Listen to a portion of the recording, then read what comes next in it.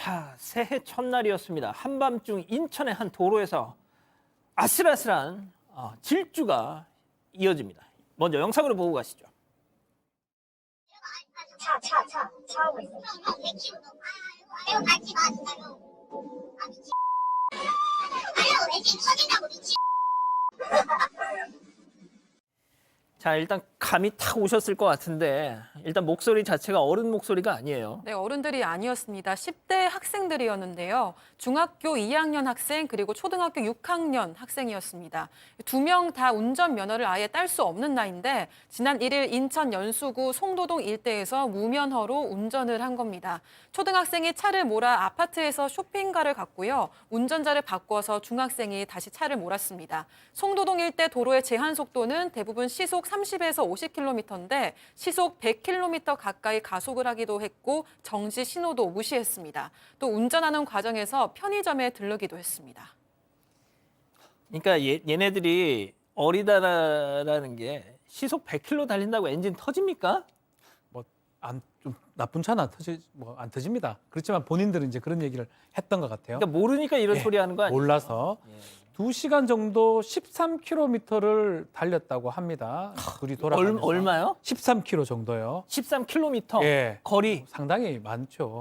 3km 정도면 뭐 한 3, 40분 뭐 2시간 이상 운전했다고 할 수 있는데요.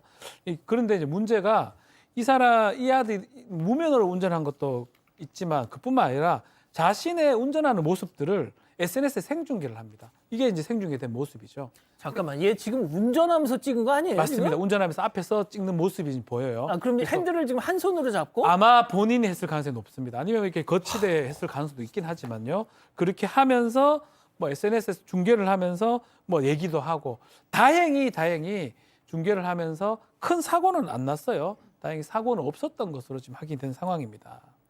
아우, 진짜 죄송합니다. 이제 욕할 뻔. 어쩌면 좋습니까, 진짜.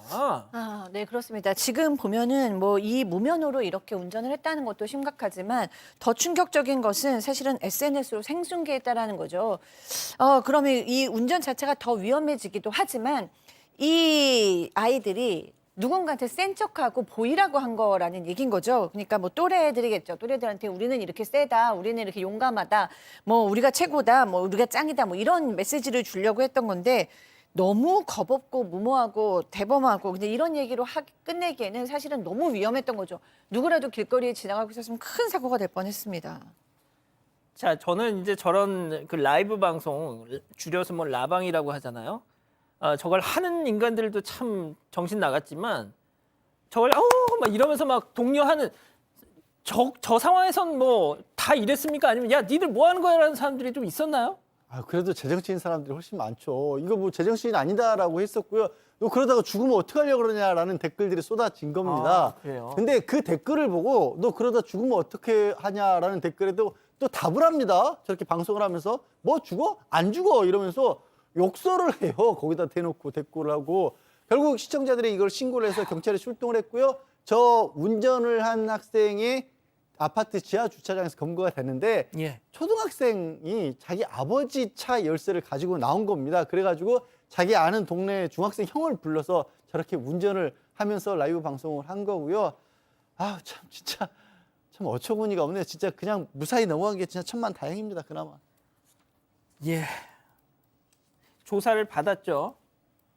귀가 조치됐습니다.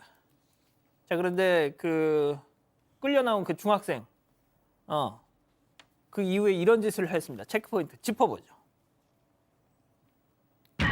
이건 진짜 이젠 공식이에요. SNS 자랑질입니다. 네, 이 중학생 진짜 좀 큰일 났네요.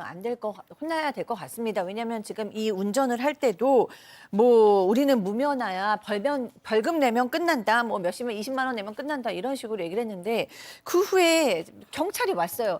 그럼 경찰한테 끌려갈 때는 너무 놀라고 무서워하고 반성하고 다시는 그러면 안 된다라고 그렇게 해야 되는데 지금 경찰차 안에서 몰래 사진을 찍었습니다.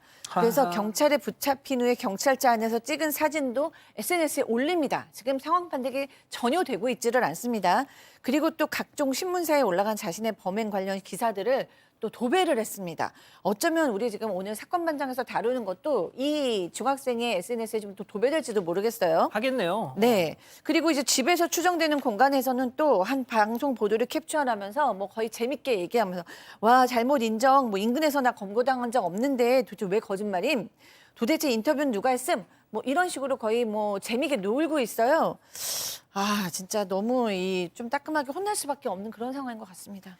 그 박지민 변호사님은 혹시 그거 기억나세요? 지난해 촉법 녀석들 그 경찰서 유치장인가 아무튼 경찰서에선가 이렇게 뭐 이렇게 가가지고 이제 대기하고 있을 때 거기서도 또 SNS에다가 네. 올려가지고 기억나죠? 뭐 여기 파출소 엎어버릴까? 뭐 이런 거 막 올리면서 아니 쟤네들 다 떠나서 제가 뭐 구속시키라는 얘기가 아니라 저런 데라도 가면 아주 휴대폰 좀 압수 못해요?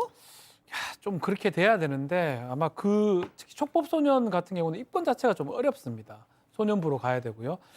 그렇기 때문에 좀 문제점이 있고 뭐 이런 부분들을 앞으로도 좀 봐야 되는데 일단은 이 두 소년 중에 한 아이는 촉법소년이 맞습니다. 14세 미만자인데 한 아이는 생일이 지났어요.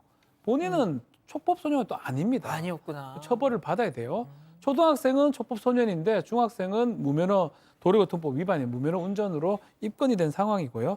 다만 둘 다 소년이기 때문에 아마도 뭐 이거를 갖고 크게 형사 처벌하기보다는 소년부로 보낼 가능성이 있습니다. 특히 과거에 이런 것들이 반복이 됐다 그러면 형사 처벌로 가지만 그게 아니고 일회성이나 아니면 그게 없다면 미성년자이기 때문에 부모 입회하에서 조사가 가능한 상황이고요. 소년부에 송치가 돼서 소년법원에서 아니면 소년부에서 판단을 할 가능성이 좀 높아 보이지 않을까 생각이 듭니다. 자, 뭐 제가 몇 번 소개를 해드렸지만 촉법소년 연령 상한 만 13세 미만으로 1년 딱 낮추는 이 소년법 개정안 입법 예고 재작년 12월인가 됐어요. 법무부가 입법 예고를 했는데 결국 아직도 국회 계류 중이고 해를 넘겼습니다. 4월에 총선이잖아요. 뭐 정말 천지가 개벽해가지고 야, 이 법 꼭 21대 국회에서 통과시켜야 된다 해가지고 임시국회 2월 달에 뭐 열려가지고 후다닥 되면 그건 정말 베스트고 근데 거의 21대 국회에서 폐기될 겁니다. 예. 자, 양 변호사님. 아니 이 정도로 막 그 국민 여론이 막 부글부글한데 아주 예. 저는 아니 한 살 낮추는 거 그게 뭐 그렇게 큰 범죄인가요, 그게? 근데 그게 여러 가지 의견들이 있습니다, 사실. 이게 한 살 낮춘다고 해서 실효성이 있느냐부터 좀 반대하는 분들도 있고요. 한 살 구간에 걸려 있는 사람이 생각보다 또 많지 않다라는 그런 통계도 있기 때문에 형사처벌로만 풀 게 아니라 도대체 왜 이 청소년들이 이런 식의 문제들을 일으키고 있고 이걸 왜 막지 못하냐라는 쪽으로 더 집중해야 되는 의견도 많이 있어요. 지금 이 사실도 형사처벌을 한다 그래도 도로교통법에 다행히 사고가 안 났기 때문에 벌금 내는 거 이상으로 성년이라도 할 수 있는 게 없는 거거든요. 그러니까 이거는 촉법소년 나이 낮춘다고 풀 수 있는 문제가 애초에 아닌 거예요. 그러니까 그거 말고도 다른 방법들을 좀 찾아봐야죠. 저는 그렇게 생각을 합니다. 예. 기본적으로 이제 촉법소년에 대해서 이제 언론에서는 어떻게 아이들이 저렇게 할 수 있냐 이래서 연령도 낮추고 또 과하게 처벌하자고 하기는 하는데 이 말씀처럼 범죄에 따라서 좀 달리 봐야 된다라는 뭐 어떤 그런 의견도 있고요. 실제로는 전반적으로 소년에 대한 형사 정책에 대해서 우리 사회가 잘 접근하고 있는지를 또 봐야 될 것 같아요. 예컨대 소년 같은 경우는 기계적으로 1호부터 10호 처분이 있으면 처음에는 뭐 적은 처분하다가 10호에 장기 소년원 뭐 그냥 기계적으로 하는 경우도 많거든요. 그런 부분이 과연 맞는지도 지금쯤은 좀 고민을 좀 해봐야 되거든요. 나이도 나이지만 소년에 대해서 우리가 제대로 형사 정책을 실행하고 있는지 그 부분 또 우리 정부나 법무부에서 좀 고민해야 될 부분 같습니다. 그러니까 뭐 두 분 변호사님 말씀처럼 이게 진짜 어떤 법리적인 이걸 떠나서 촉법 일단 대중들이 촉법의 이 치자만 들어도 이제는 막 이럽니다 진짜 막.